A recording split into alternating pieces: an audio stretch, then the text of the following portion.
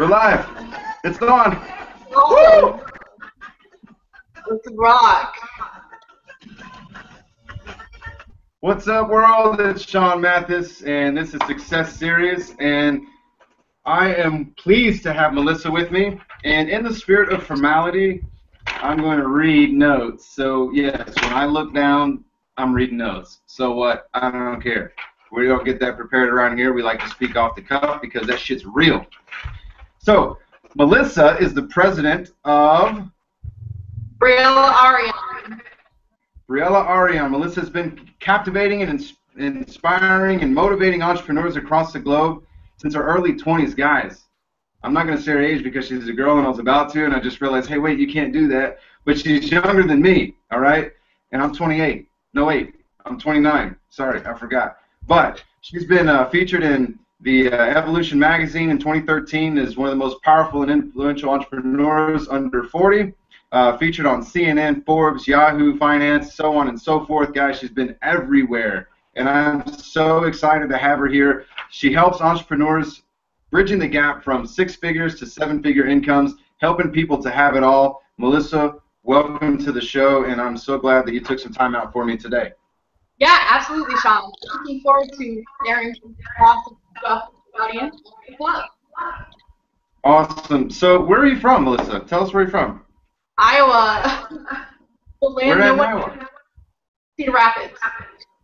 So what do you guys do in Cedar Rapids, Iowa for fun? Well, I travel outside of Cedar Rapids for fun, but there's only a couple things you can really do here. You know, movies, bowling, skating, and walking probably. There you go. But I'm sure you spend a lot of time with clients from all over not only the nation but the globe, right? Yeah, absolutely. It's funny because I have one client in Iowa. All the rest are from 7 to 10 different countries. So. Wow. So tell me, how did you get on the journey from, at such a young age, from probably corporate America, I assume, is where you started, and moving into entrepreneurship into what is now a global business? Yeah, massive failure. So, started out in retail, did 6 years there with 2 Fortune 500 companies, and then ended up getting fired in 2008 for doing the right thing. Don't regret it. Best decision ever. I basically caught my manager out for keeping 2 sets of books, and as a result, got fired for gross misconduct, which spiraled into a whole thing of negative events and consequences as a result. So, I racked up I got sued by them. I had $50,000 in college loans. I went to jail for 6 days for speeding, had the car repossessed, the house taken away. I mean, I had everything, and then I had absolutely nothing. So it was definitely a learning curve of massive failure and transformation, and as a result, being able to take yourself from that sort of a low point up to where I am today is such, I don't know, it's just amazing. So tell me, like, the experience of, I'm guessing that was like a rock bottom, all these things happening one after another, and like a lot of us would get caught up in that mindset of, man, this shit sucks, like I'm in a hole that I can't get out of, and they wave the white flag and they're like, I give up, I'm going to go work at Walmart, or, I'm going to find somebody who can take care of me. But what happened, what event was it in that you can pin yourself to at that moment when you decided, you know what, I'm going to do this and I'm going to kick ass at it? Yeah, I having to go back to my past for being homeless because I was being stubborn, really. I was like, hey, I can still do this on my own, but when you're at that low point, you have to realize the only way out is really asking for help and accepting the help that you're looking. So the low point for me was actually spending 6 days in jail and realizing you can keep going down this path of destruction and keep doing all these negative things, and as a result, having more and more debt and more self-esteem issues and depression, all this shit. You can basically, gravitate towards personal development, start reading books, start watching audios and videos, and doing whatever you need to do to get out of it.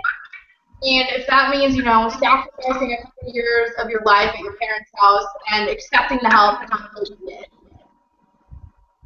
You know, that's actually a strikingly similar story to my business partner Ryan, who did the same thing. I mean, he was in jail for quite a lot longer than 6 days, but he had to move back in with not the parents but the in-laws, which made it be worse. But he had made a decision that it was time for something different, and this was the path that he had to do. He had to sacrifice in order to get there. And I think a lot of us get scared of sacrifice, and you know, that road is hard, especially entrepreneurship. That there's not. It seems glamorous, and everybody says, "Oh, I want to be an entrepreneur because of the freedom." But a lot of times, there's very little freedom getting that thing off the ground and getting that ball rolling, because it takes a lot of hard work behind the scenes before people start seeing the successful flower that is entrepreneurship.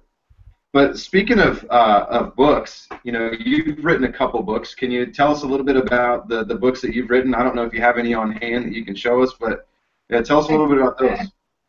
Yeah, so the first is called Be Bold or Not Love, Success, and Happiness. And basically, you know, that's a story of really falling in love and then 10 additional lessons on how love sort of opened me up to having a greater business, having really pushing myself to do greater things than I already was doing. And I already had achieved a lot before I fell in love. So, you know, I went into the whole thing like, hey, here's all my accolades, and you're going to be intimidated like most men are, especially coming from Iowa.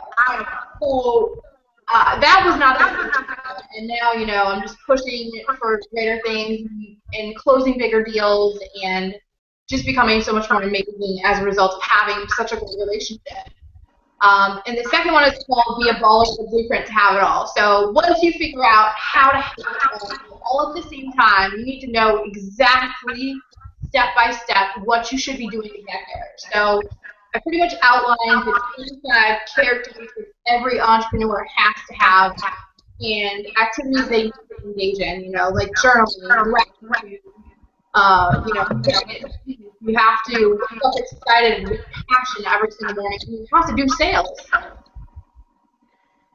So you've worked with a lot of successful people from all parts of the country, all parts of the world. What would you say the common trait or the common theme that most successful people that you've worked with have coming to you that you don't have to develop in them, but it's just a sort of a common thing that you see repeat over and over in successful people? Drive. All have drive, and they're all very disciplined. If you don't have those two things, you're missing a huge part of success in and of itself in any area of life. I mean, it could be in your health even. If you're not disciplined to go to the gym or you're not disciplined to eat healthy foods, don't expect to look good. It's sort of that, or that complicated. Right. All right. So to sort of get out of the business topic just a little bit, because people like to be entertained, and I don't know, maybe I just like to be entertained. Tell me about like the most embarrassing, because you said I could ask you anything. So here we go. I've never had anybody say that. So here we go. The most embarrassing sales call that you've had when somebody reached out to you and said, hey, I'm interested in what you have to offer, and you got on the call and just like completely botched it. Yeah, probably my first sales call. You know, I came up with all sorts of packages, like, hey, you can buy one, get one free. Hey, you can have a discount. Hey, you can whatever. And it was completely ridiculous. Like, yes, the person bought, but that was like a huge lesson for me. Like, this is not how you sell. This is like the worst sales tactic ever. I've had plenty of botched sales calls, and you know, I used to really get frustrated at myself about it, and really, I actually, for those of you watching, I have an app that's called Total Recall, and I record my sales calls. So yes, if you get on the phone with me, there's a very high probability that you are being recorded, and I listen to those to like figure out, okay, where did I go wrong? Where could I have bettered this call? You know, what questions did I not ask that I should have asked? And I really analyze those things. So some of them are really actually pretty funny. And the other night, we had about 15 clients in for our Break Free Academy that we did here in Dallas, and took them out golfing at a place called Top Golf, and I let a few people hear a couple of funny calls that I had that, you know, I just completely sucked and messed up. This so happens, you know, you screw up on sales calls, but you move forward. So tell us a little bit about what your perfect client looks like and how you're able to help those individuals move forward in their business. Yeah. So basically, the perfect client is someone who is already making 6 or 7 figures. They're aggressive. They have a very sort of tone that cuts straight to the point. Like, it's not you're on the bush type of laid back, casual type of conversation. It's very like forward, aggressive thinking. They're decision makers. They don't need time to think about whether they're going to cut a check or not. They're going to or they're not. You know, these people have successful businesses. They've helped other entrepreneurs, and they've been an entrepreneur for quite some time, typically 5 to 10 years. So I help them. One of the big things is a lot of these very successful people say, I don't have time. The reality is most of them they don't have time because they're not creating the time they need for the things that they value the most. You know, so while they are showing up at work, the time they're spending at work isn't necessarily being spent doing the things that are producing revenue.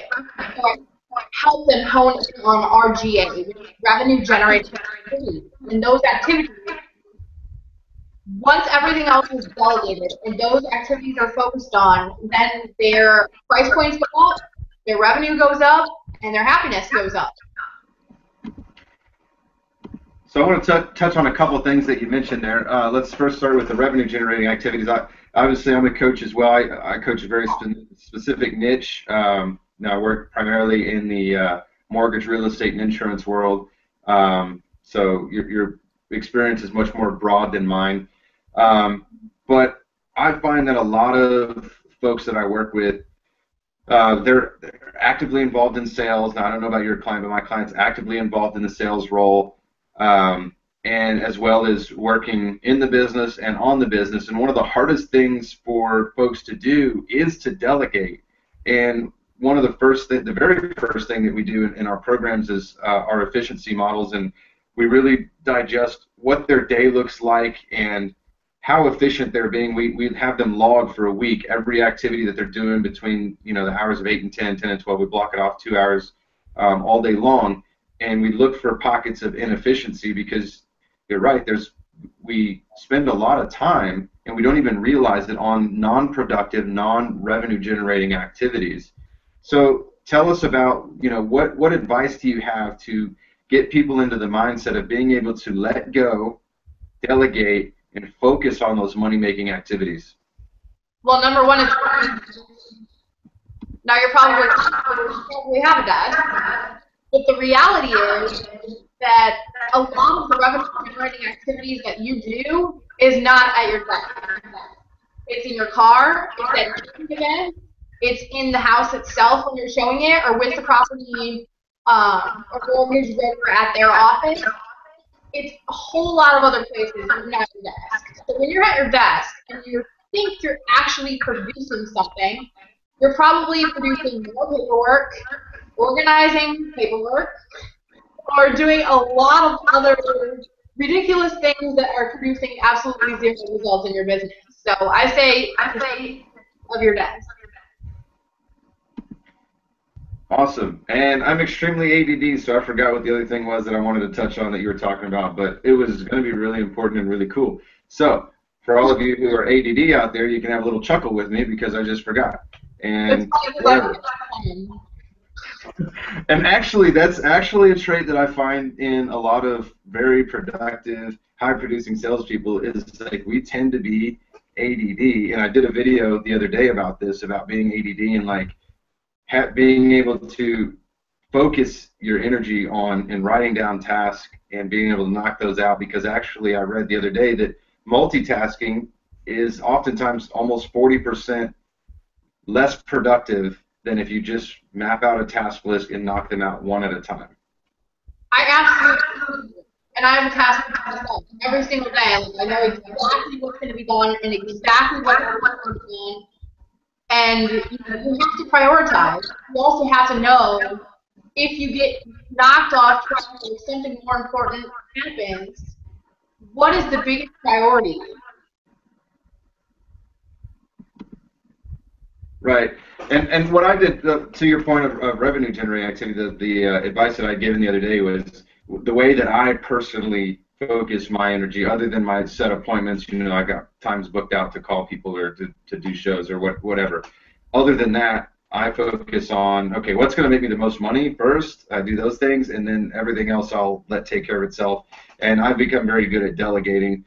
Sometimes it costs money to delegate. I know that we had a conversation about this earlier, about being able to, delegate things like not doing your own books, hiring an accountant to do that, having an assistant, let them book your flights, and do other things. And a lot of times some people just don't have the money to delegate, because delegation and free. Somebody ain't going to take on your shit and just do it for free.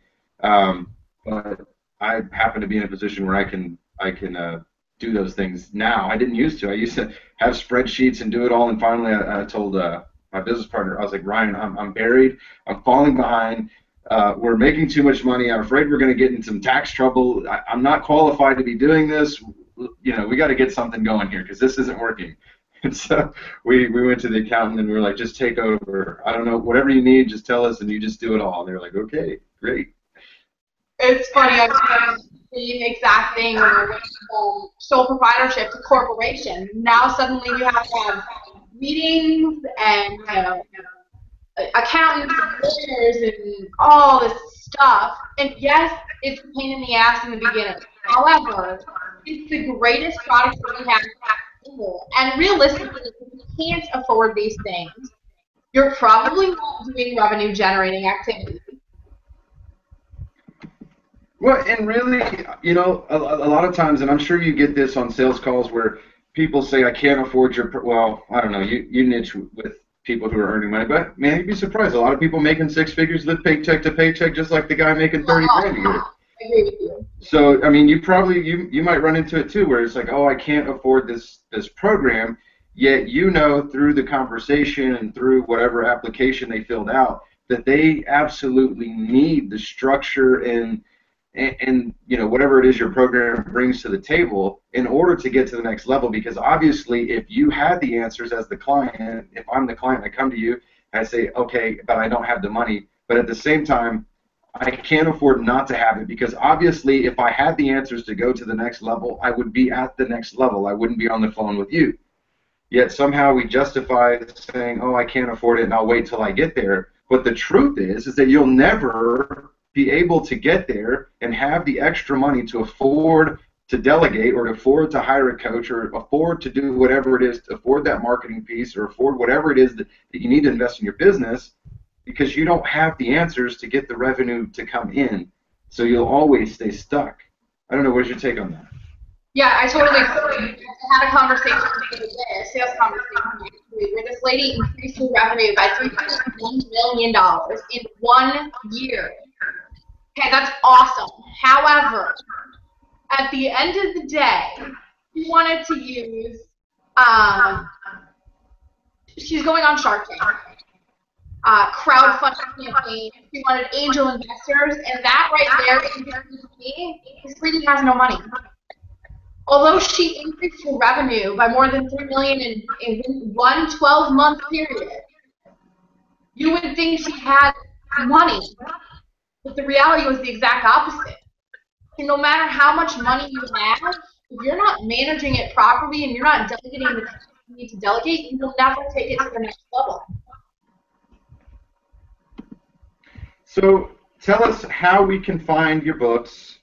How can we learn more about what it is that you bring to the table? If we've got some entrepreneurs out there watching who say, hey, I'm interested in what she has to say, I want to do a little bit of research. How can folks get in touch with you? What's your Facebook, your email, your website, your Amazon, whatever it is that you think people need to have to reach out to you?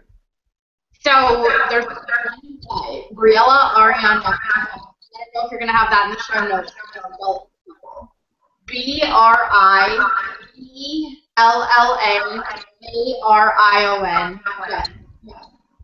So.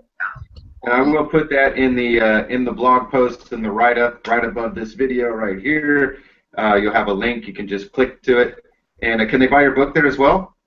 Yeah, they can buy my book. They can become part of my Be a Baller on Demand program, which is actually a killer program. I mean, it's less than $500 for lifetime access, and the people that are there include my clients and my own personal coach. It happens to be an 8-time best-selling author with Jack Canfield. So there's tons of value there. I don't have a blog, but there's countless interviews on camera, audio, whatever. Everything is there. Awesome. Well, again, I really, really do appreciate your time. Right around 30 minutes. That way we can put you out on iTunes as well. They don't like big files. But again, I appreciate you coming on the show, and we'll definitely have the links to get a hold of Melissa here, and definitely connect with us on Facebook. If you're seeing this video via Facebook, I've tagged her in it. You can connect with her there as well, and have a chat with her. She's great.